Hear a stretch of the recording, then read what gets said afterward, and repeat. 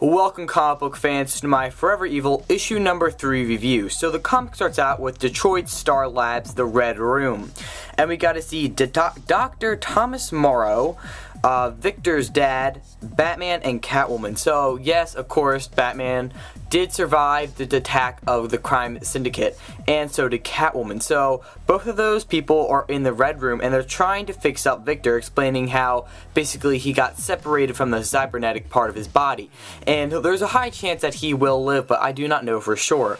But anyway, we move on to find out that the entire Justice League, if you didn't read Justice League issue number 24, where we get to see exactly where everybody is attacked. And they're not all dead. They're all imprisoned inside of Firestorm's matrix. Now, if you don't know what that is, basically, if you know Firestorm a little bit of his history, or if you just read Justice League, you know that it basically has two bodies in one, and one can actually speak to him. And the crime syndicate actually trapped everybody, you know, Justice League Dark, Justice League, and Justice League of America, all inside of that little matrix. And that's basically where they're hidden. And the, million-dollar question, according to Catwoman, is, where is Firestorm? So anyway, we're going to move on to see a little bit, last comic we left off with Lex Luthor. And Lex Luthor, of course, made Bizarro, which I think is his debut in New 52. So anyway, Lex Luthor has a little bit of a commentary with Bizarro, trying to teach him exactly what he's supposed to be doing and why he's here. Like, okay, move the satellite and blah, blah, blah, blah, blah. So, of course, LexCorp has a few satellites still in space that the crime syndicate did not reach to.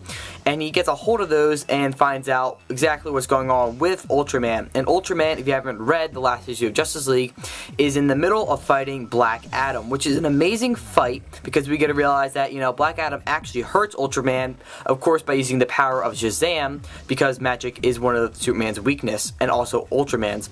Eventually, Ultraman just completely annihilates Black Adam, throws him to the water, and he wakes up on shore where we get to see that Captain Cold, Bizarro, and Lex Luthor found him, and Bizarro shoots some water, shoots his little ray gun in the water, and Black Manta appears.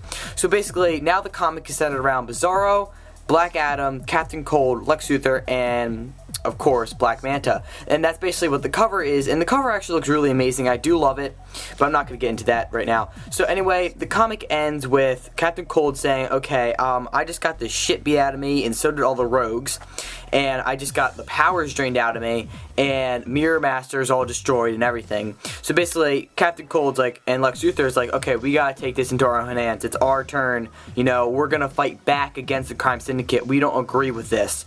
Black Manta's pissed off.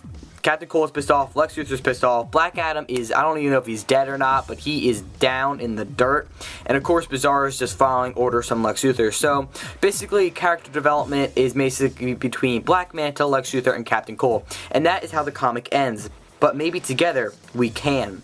And overall, I give this comic a 7.5 out of 10. The reason being is the art, art, Jeff Johns, David Finch, and Richard Friend are doing amazing at making this series great.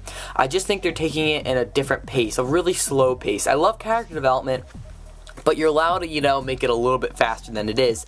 But last thing I want to talk about is basically all the tie-ins. Now, if you're not reading all the tie-ins, there's it's tying into the Trinity of Sin, Justice League of America. They even made Forever Evil, Arkham War, Rogues, and Argus. There's at least 12 comics, I guess 3 a week that tie into the Forever Evil series, and if you're not reading them, you're going to be a little bit lost on what's going on, because if you read Justice League of America, you find out where the Justice League is, and you get a lot more character development by reading them. Now, I'm not going to suggest you buy them because it will put a hole in your pocket, but I do suggest you read titles like Justice League of America and Justice League Dark. The 3 Justice Leagues will basically keep you up to date.